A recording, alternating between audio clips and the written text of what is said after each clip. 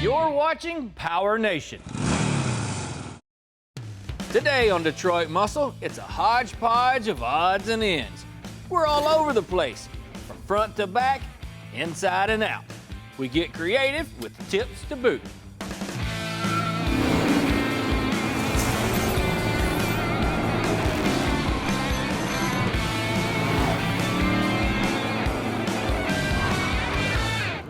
A car is so much more than just four wheels and a bunch of parts bolted together. They have their own identity, and their personal traits need to work together like interior, exterior, tone, and feel for it to be considered a perfect package. When they don't, well, your masterpiece can look similar to abstract art. You know the rides I'm talking about. We've all seen them. They stick out like a sore thumb and kind of cross-thread your thoughts, leave you confused, wondering what the heck were they thinking? Now, there's nothing wrong with making a statement. You just have to realize that every component that you screw or glue into place is a small piece to the big picture. With our Plymouth, it's easy to see that it looks more like a delinquent than a modeled citizen. And that's exactly what we were going for. With its rough around the edges exterior, the dinosaur burning power plant that's in plain sight, looking like it could breathe fire at any given moment, and a stance of, it's just waiting to pounce. This may be too radical. Your style may be more shiny paint, velour interior, and cruise control. Which is totally fine. And if that's the case, well, this Oldsmobile, probably right up your alley. It has plenty of pizzazz in its own right, with its two-tone paint, bright red pinstripes, and that iconic Hurst Olds banner that just grabs your attention. And if you take a peek at the interior, that lightning rod shifter poking through the center console, well, just a multiplying factor of how much fun you can have sitting in the driver's seat. And these are just two examples of why so many people love American muscle. Each one has its own story to tell, and they are far more than just a means of transportation. This next trick that we have up our sleeve is kind of a custom touch that we're going to add to complement the persona of Road Burner. A while back, we was rummaging around in a candy land of battered and abused Mopars. After checking out a few historic relics in what more than likely is their final resting place, we came up with this rustic idea to let a few of them live on as a nameplate for Road Burner. We collected several letters with different fonts to spell out the word burner to make our emblem. Now we want this thing to have a creepy feel to it, kind of like a ransom note. To get a sneak peek of what our end result could look like, we're going to use an art technique called rubbing. All that is needed is some paper and a colored pencil. After that, we can cut them out and arrange them to see what it's all going to look like. Not too shabby. Oh yeah, that'll work. With several of our studs broken off, our strategy for mounting these is to use some epoxy. I went ahead and made this little aluminum tray that I'm going to fill with goo and then press those emblems into place. And now later, after everything sets up, I will bend this thing off. Hopefully it goes as expected. If not, that tray may end up being a part of the artwork. With the posts, I'm just going to grind them down flush. I'm also going to rough up the back of each emblem to help the bond of the epoxy. With everything all mixed up, it goes in the tray. The emblems take a dip. And I can dial in the alignment.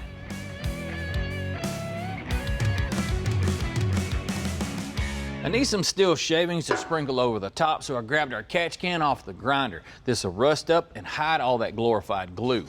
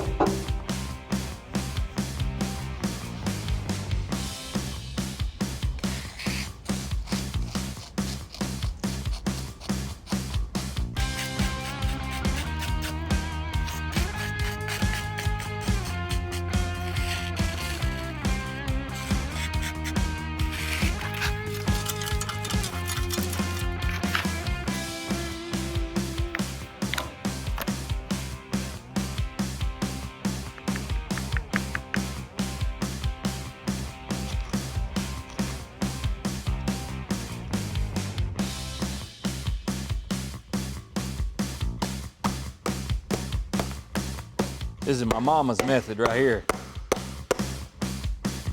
I'm gonna force rust our rear emblem ransom note by using our trusty, crusty concoction.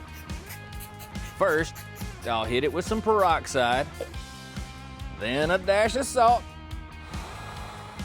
and finally, blast it with the heat gun until our logo looks like it's been a part of Roadburner all along.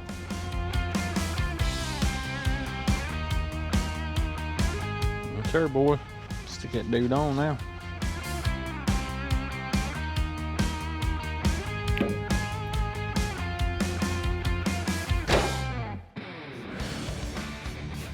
Think you can pass glass class? This tip for your ride is free.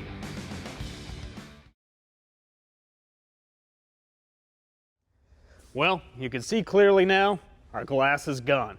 The windshield in our old Roadrunner was in pretty rough shape, so it had to go. The general condition of automotive glass can be classified into 3 different forms. You've got the good, the bad, and the ugly. When it's nice, it gives you a clear perspective of all obstacles in your way. But when it's crummy, it can be blatantly obvious and seem impossible to repair. However, I do know a few tricks of the trade that'll help take your glassware from fouled up to fabulous. A while back, Tom and I disposed of Roadburner's weathered and cracked up old windshield. The gasket was all tore up, it was taped in place, and between all the fractures, swirls, and pock marks, visibility was no guarantee. So, the best thing for that old hunk of laminated glass was to just toss it into file 13. Now obviously running this car without a windshield is not an option. Not only is it illegal in most states, but some would consider it cruel and immoral to risk the possibility of messing up Tom's hairdo. He works really hard on it, you know? So what are your options when it comes to sprucing up the glass in your ride? Well, for us, it was just a matter of tracking down a brand new windshield and getting it delivered to our front doorstep, courtesy of Stevens Performance.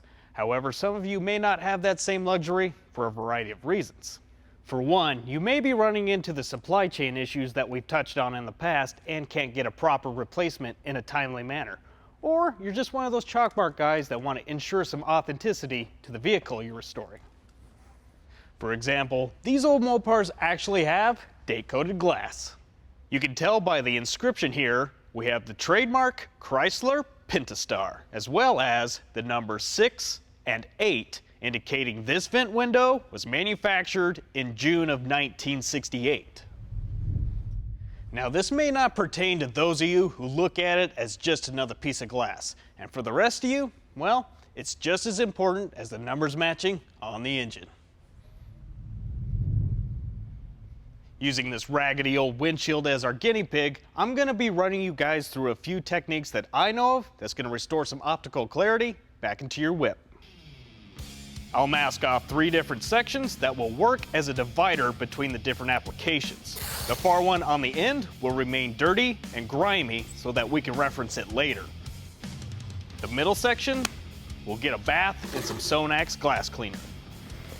What we've noticed about this Sonax formula is that not only does it penetrate the surface and wash away a lot of residue, it also leaves behind a streak-free shine that deflects a lot of future debris. Sonax glass cleaner is even safe to use on your household windows, so you can soak in the rays of a bright, sunshiny day.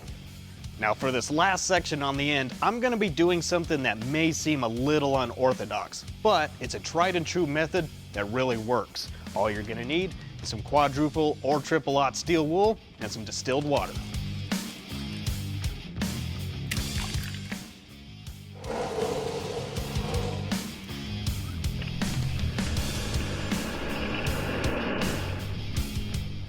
Distilled water works as a purified, mineral-free lubricant to help the steel wool glide across the surface, similar to wet sanding a body panel. It scours the area just enough to polish it, but not damage it. The end result is a silky exterior that's smooth to the touch. I'm sure you're all very familiar with what happens when that rubber gasket on your windshield wiper gives up the ghost, starts moving back and forth and making god-awful noises similar to nails on a chalkboard. Not only is it irritating to the ears, but to the eyes as well. To help simulate this optical interference, I'm going to scrape the surface with some 600 grit sandpaper. Then we'll rejuvenate it using this glass polishing kit we got from Summit Racing. To start off, simply dump a few ounces of the supplied Diamond Fast powder into the lid of the container. Add in some distilled water, a few drops at a time, and mix until you get a consistency similar to that of toothpaste. Apply a thin layer of paste over the surface of your pad before finally using a variable speed drill to polish the work area. Spray the distilled water as you go to help reduce friction heat and avoid unpleasant swirl marks.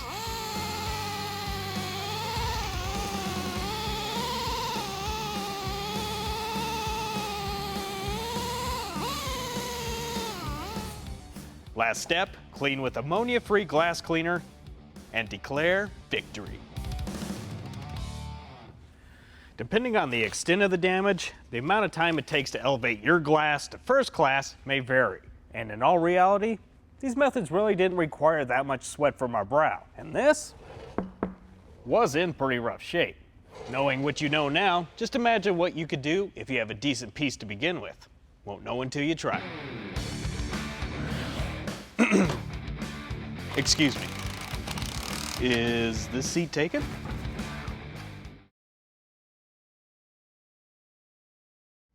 Under the hood, check. Cool stance, check. Interior finish, nope, not yet. We've been making some good headway and we're getting dangerously close to calling old road burner finished. One of the last things that we need to do to check off the list is some seats. We wanted to carry over that racy vibe of our old Plymouth into the interior. Normally with a car built for the track, everything in here gets gutted to save weight. But with our ride, it's gonna be a lot more street than strip. So that's why we wanted a full interior. Roadrunners rolled off the assembly line with a tasteful but usually basic upholstery. So a little dressing up and a performance touch would go a long way. And this old park bench just wasn't gonna cut it. It's heavy, was gonna require a ton of work, not to mention, it's ugly. We were okay with the seats making a statement, but it needed to be the right one. We wanted an aggressive appeal without anything looking out of place. So we had to get a bit creative. After ordering a pair of aluminum bucket seats from Summit,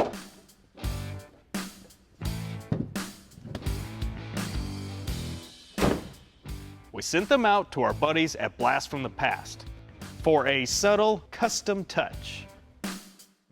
Then Gil from Speed and Design worked his magic.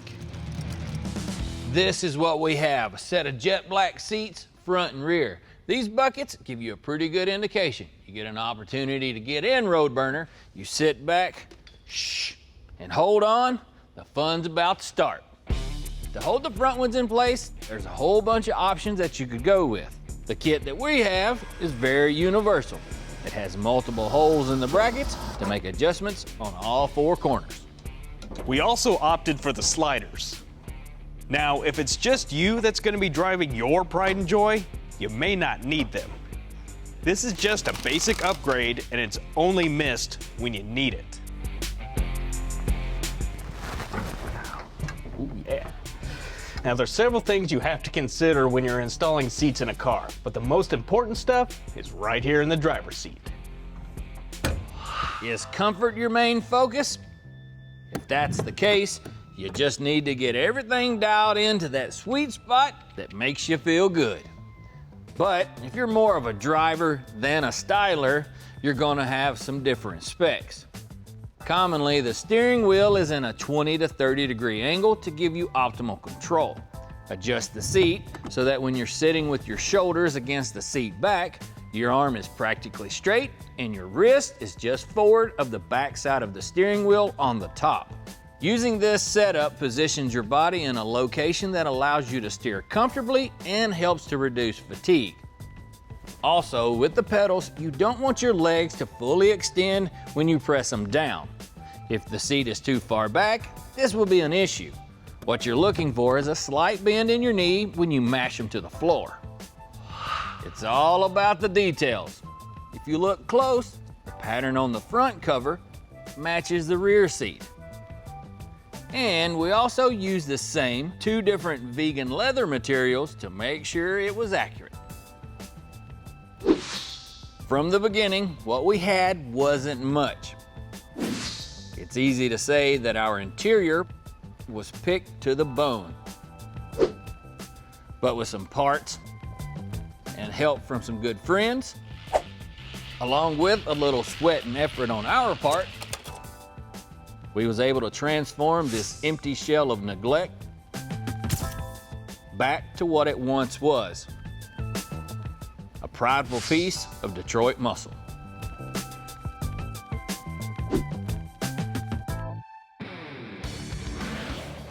Next, we make some connections.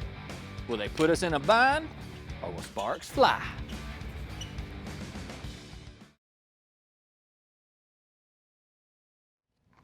Road burner's almost finished. One of the last things oftentimes a person tackles on their project is the exhaust system. You could take it down to your local exhaust shop and have them take care of things for you, or you could buy yourself a pre-bent kit like oftentimes we do. Either way, the process is basically the same. You start here at the headers and begin to make your way toward the back of the car. After you hang a few pieces of pipe, well, you're just forward the rear axle, and this is where you're normally going to mount up your mufflers. Finally, you're at the back of the car, and you get to weld on a tip or get creative with a cool slice to doll things up. An exhaust system is made using multiple pieces connected together. That connection can be had several different ways. Let's talk about the most basic one first, clamps. There are several different styles, and depending on your goals would help you determine which one to use. Now this one is the old school 2-piece style and is oftentimes found on classics. It requires one piece of pipe to slide into the other. With it in place, just tighten the nuts up and it compresses the outer onto the inner. If you're in the middle of a restoration of some Detroit iron and going for that OG look, there's a really good chance that this is what you'll be using. This one is what's referred to as a band clamp style. It works really well whenever you're trying to join 2 pieces of pipe together that are the same diameter.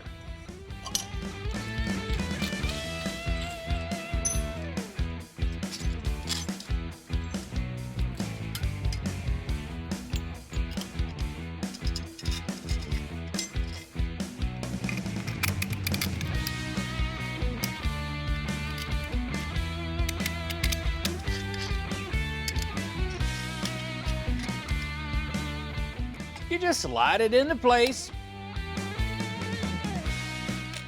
tighten everything up,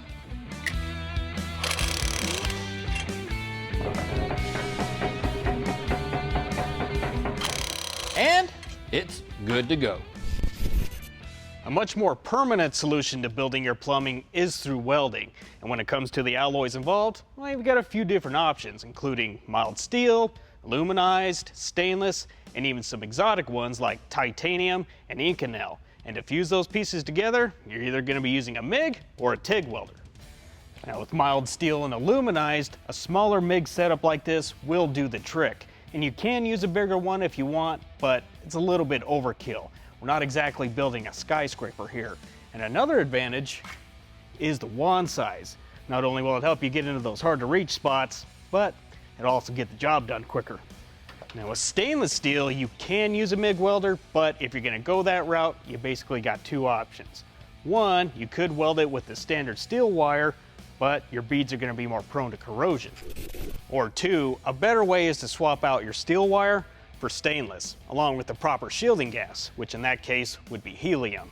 Not only are you gonna have the convenience of a MIG welder, but your welds aren't gonna be as prone to corrosion. If you really want to dress up that exhaust and take it that extra mile, a TIG is the way to go. You can weld all those exotic alloys I mentioned earlier. Just make sure you use the proper filler rod for the material you're working with. For our application, all we need is the trusty MIG welder. Just like everything else on this Mopar, the tune coming out of the exhaust is going to be easily noticed and obviously aggressive. So let me introduce you to the American Thunder Series exhaust by Flowmaster. We make some pretty good power with that Hemi, so these 3-inch mandrel bent pieces of automotive perfection will allow our power plant to breathe easy. That, combined with a pair of Super 40 chambered mufflers, will generate a deep and powerful sound to perk up the ear of any red-blooded throttle pedal junkie. This kit should fit right up under Roadburner, but we may have to do a small amount of massaging to accommodate that 4-link rear that we're running from Riley Motorsports. But that's just a stone for a stepper. And you know what they say, a hot rod is never truly completely done. But after some mandatory optical improvements, some stylish enhancements, and a one-of-a-kind accessory, it's just about time to take this old girl out for a night on the town. We still have a few other loose ends that we're going to have to tie up, but the next time that you get to see this piece of Detroit muscle, there's going to be plenty of fire and smoke. Emphasis on the smoke.